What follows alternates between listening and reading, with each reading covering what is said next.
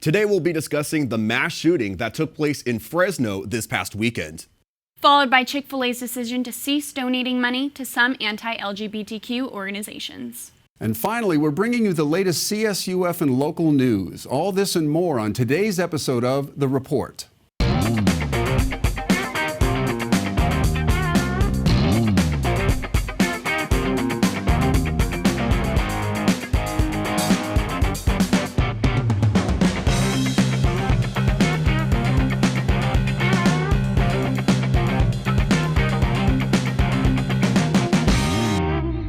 Hello and welcome to The Report, Cal State Fullerton's premier source for news, views, and info. I'm Ryan Matthey. I'm Bree Eastlick. And I'm Jefferson Denham. And I'm Gabriela Martinez.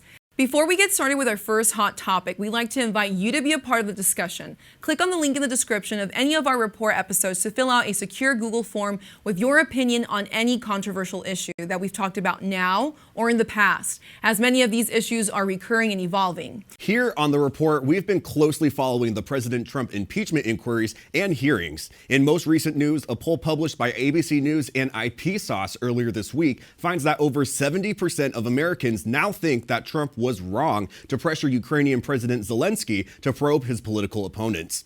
In addition to the 70%, over 50% of those asked also believe that Trump should be removed from office for his actions. Only 6% believe that he was wrong and should not be removed, while 13% think that he was in the wrong but should neither be removed or impeached. 25% of these Americans believe that Trump is not guilty of any wrongdoing.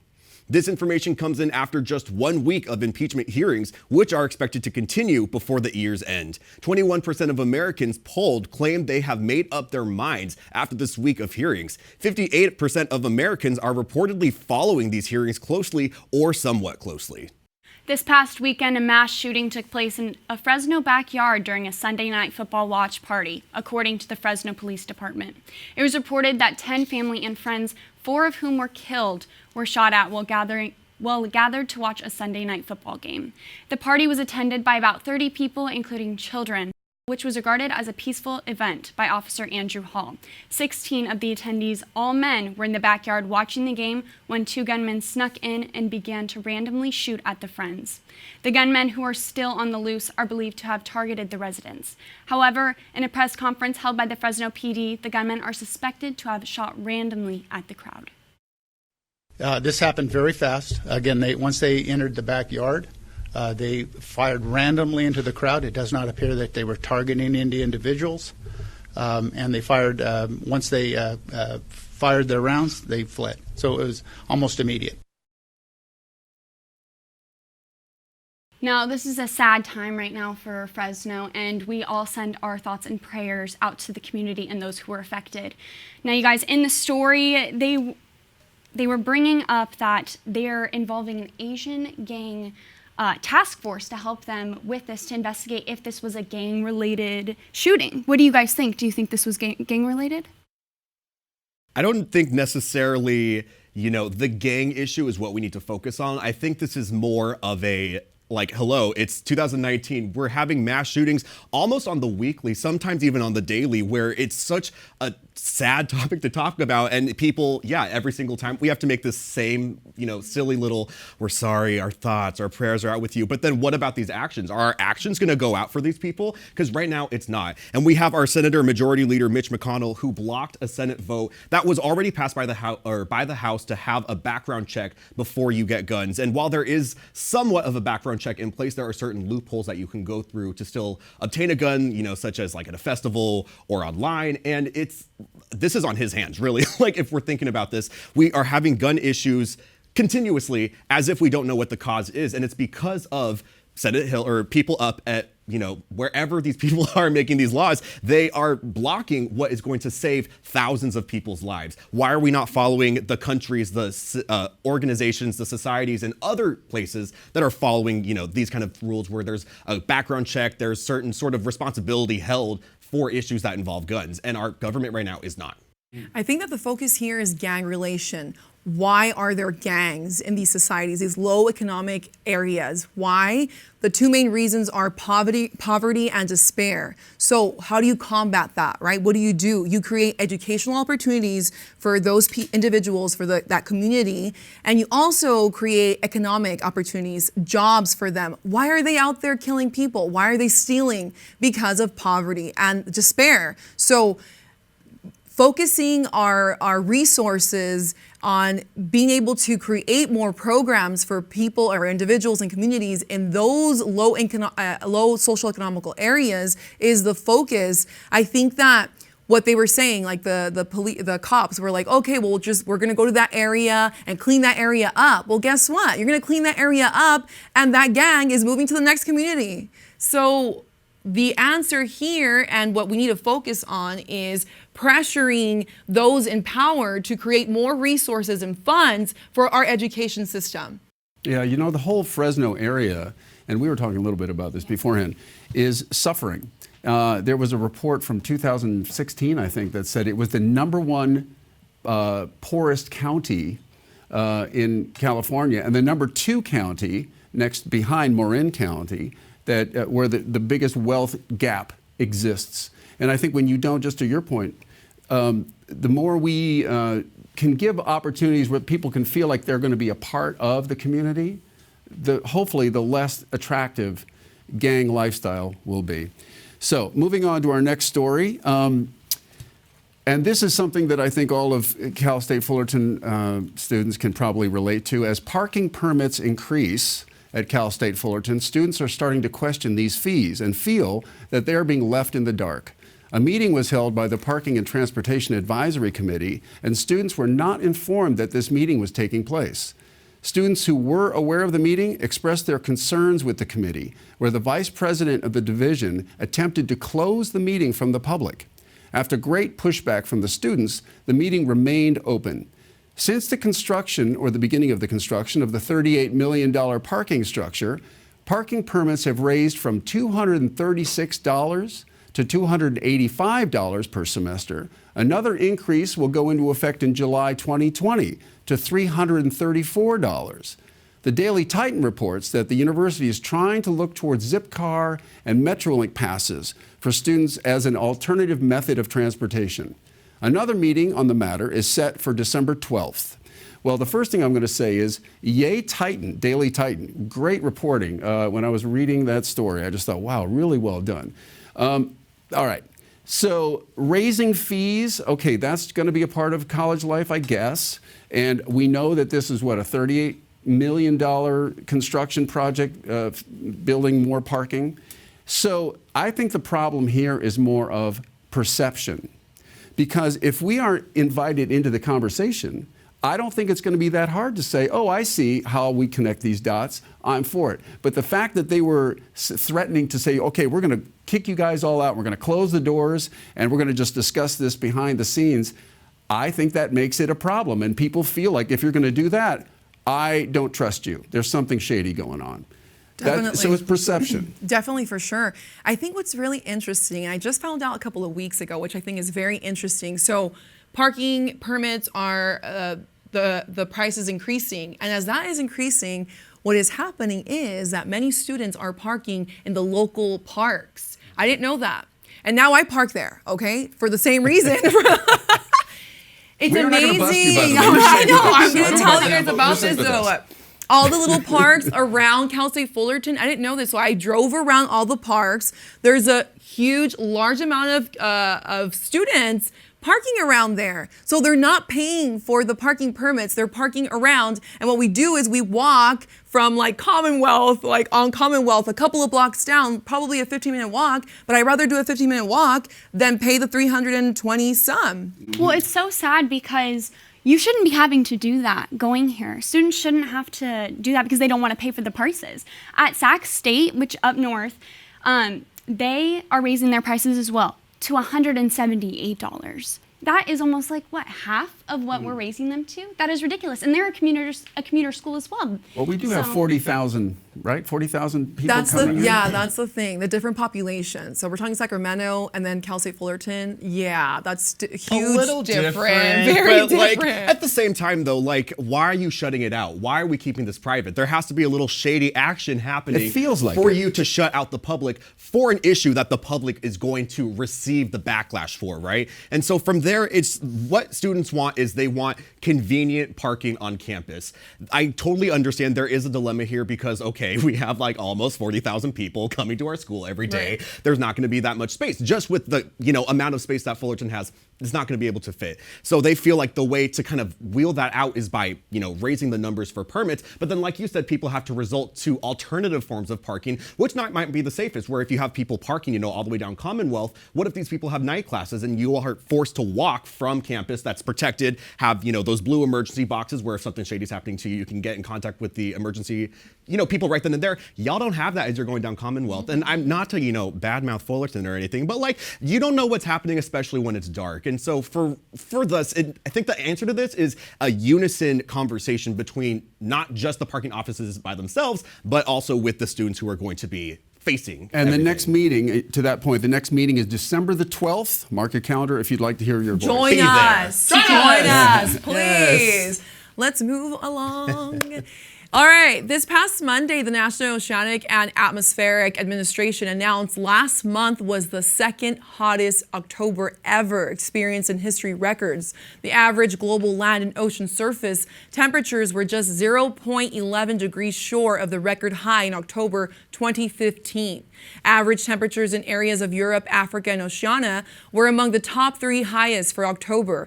Then NOAA believes this year is to be the second hottest year to date. Due to the water temperatures, the Arctic sea ice shrank. Its coverage is 32.2% below average. Earth's climate is rapidly changing and is becoming significantly warmer and warmer over the years at what many think is an alarming rate. Chick-fil-A has made changes to its charitable foundation donations, announcing they will no longer donate to these two anti-LGBTQ+ organizations, including the Salvation Army and Fellowship of Christian Athletes. Both organizations have negative views on homosexuality and same-sex marriage that are apparently not necessarily aligned with Chick-fil-A. The fast food chain has come under fire after donating $1.65 million to FCA and $115,000 to the Salvation Army in just the past year. However, the Salvation Army claims that their services are open to all individuals and further deny the anti-LGBTQ+ claims. Chick-fil-A has further responded to the story, reportedly saying they will focus on working exclusively with organizations that focus on, quote, education, homelessness, and hunger. End quote. This is not working for you, Chick-fil-A. God, this is so bad. It's such an obvious turn. I hate this. I really do. Like, as we've said, I feel like we've talked about this before. I love chicken. I think chicken is fantastic, and Chick-fil-A chicken is good. It's good chicken. However, there has to be a point where you as an individual take a stand against what you believe in. Chick-fil-A, I don't care how good your waffle fries are. If you don't support people like me, if you don't support people in the LGBTQ+ community, you shouldn't be eating there, because whatever you are paying, whether it's directly or indirectly doing it, it's benefiting these people who are donating this money and then are performing these acts that are not great. If you heard those numbers, $1.65 million to the FCA. That was just in 2019. So really, it's kind of obvious why they're doing this right now. It's because they see a plethora of all these different organizations and companies being canceled in the cancel culture that we have right now, because they're not aligning with a popular belief. And just like a human rights issue, I believe, is the popular issue, is like gay people deserve rights just as much as straight people do. I love this topic so much because it allows us to notice and realize that we are becoming more informed with social media. We are looking for answers. We're looking for, wait, where's my food coming from? Who owns that company? We are questioning things, and that's amazing, because when we found out about this, we're all not, many of us, I'm not consuming from Chick-fil-A now, and many of my friends from the LGBT community in West Hollywood as well, they stand strong. They're not dining there any longer. Is it affecting Chick-fil-A? Yes. And are they changing things up? Actually, you were telling me a little bit about Chick-fil-A and the Salvation Army and how they were responding. Oh my God, Tell the me about Salvation that. Army, That was girl. very So interesting. basically, after this news broke, the Salvation Army now has a specific page on their website you can go to, and it's going to list all these different statistics about how the Salvation Army are very like pro-LGBTQ all of a sudden, right? Talking about the different statistics between queer people and like substance abuse and homelessness, where that's what that company does. They do focus on issues surrounding that, but they're not doing it specifically for that community. They're doing it for just people in general. And the fact that this page now is saying, oh, we do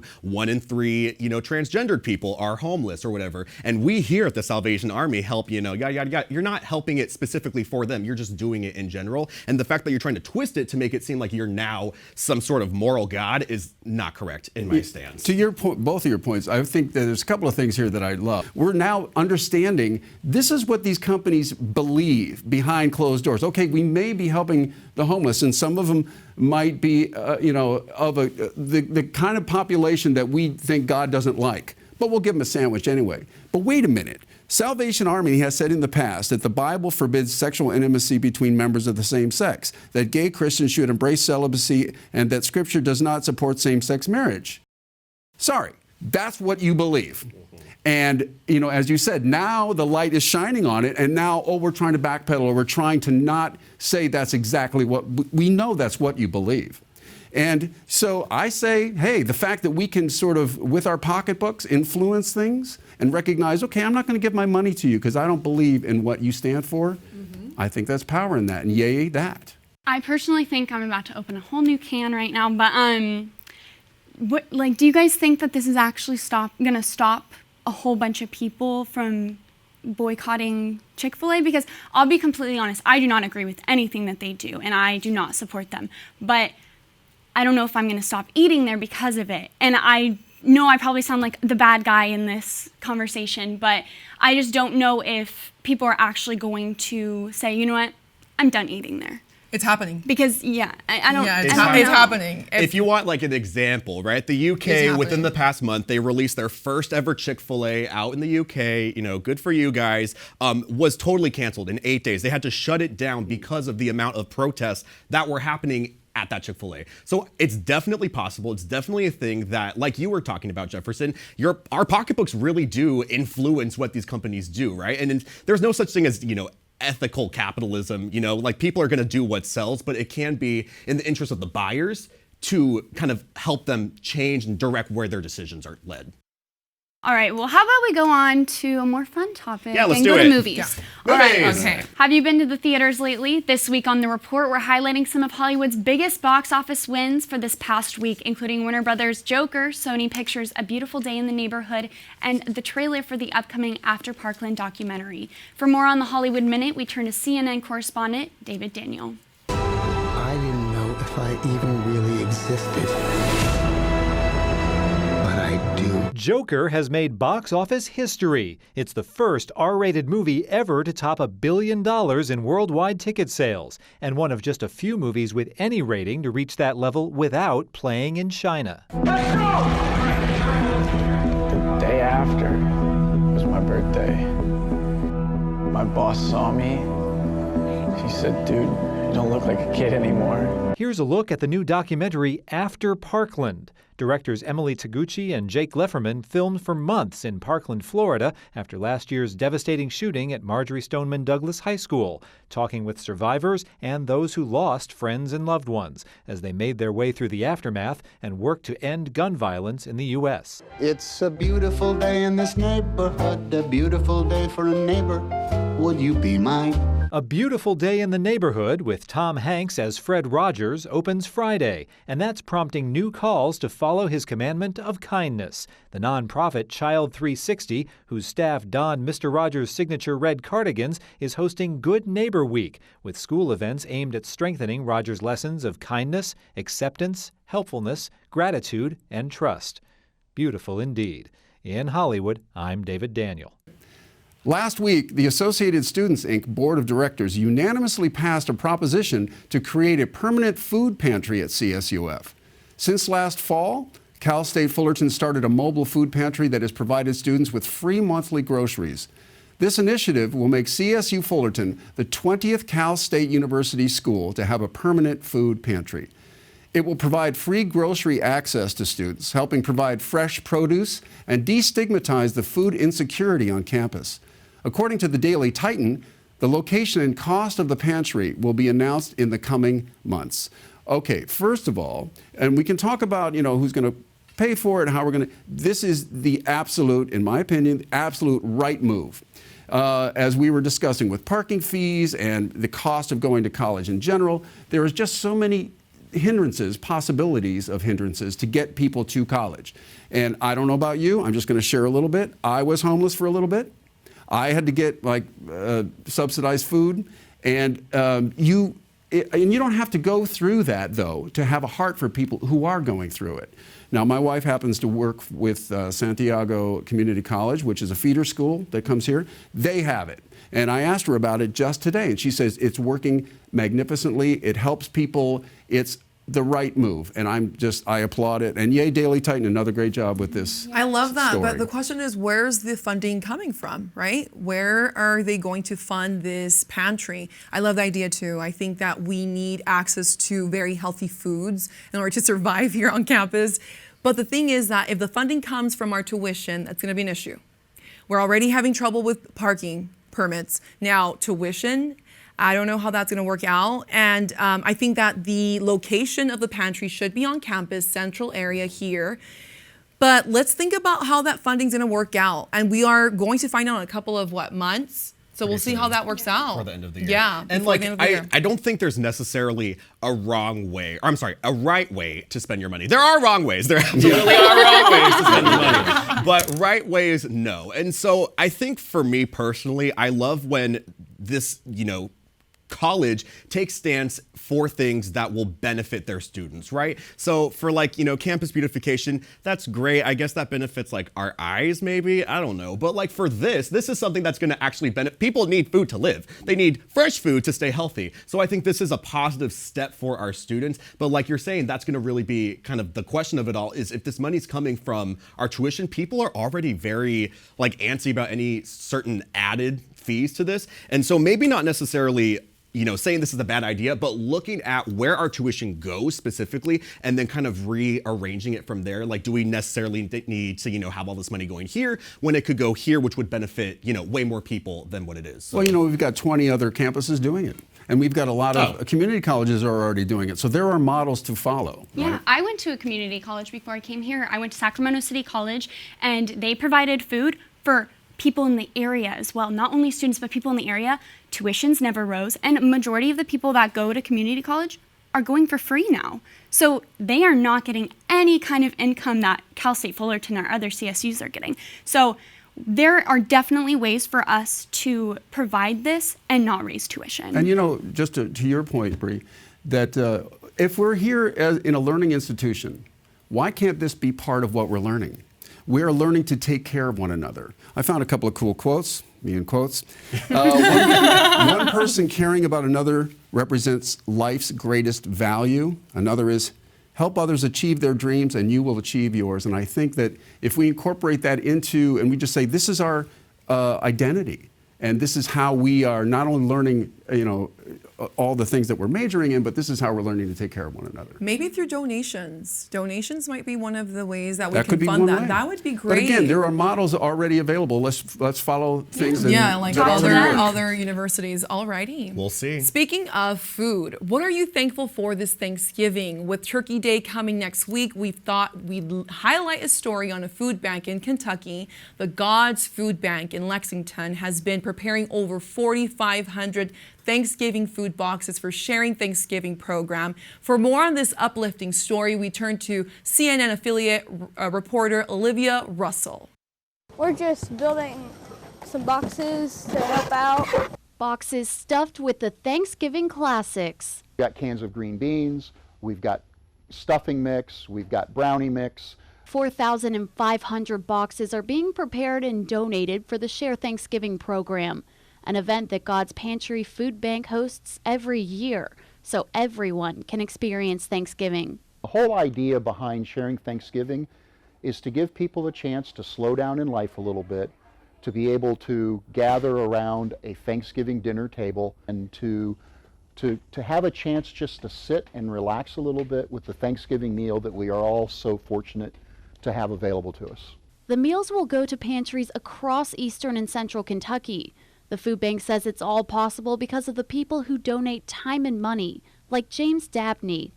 Very important so they can feed their family, have a nice warm meal before cold winter sets in.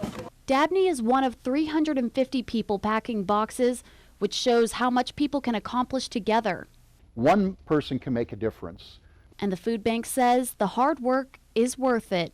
The thing that's so wonderful is the expressions that we see, just the warmth of knowing that they now have a Thanksgiving meal. So powerful. As they share Thanksgiving with everyone. In Lexington, Olivia Russell, WKYT.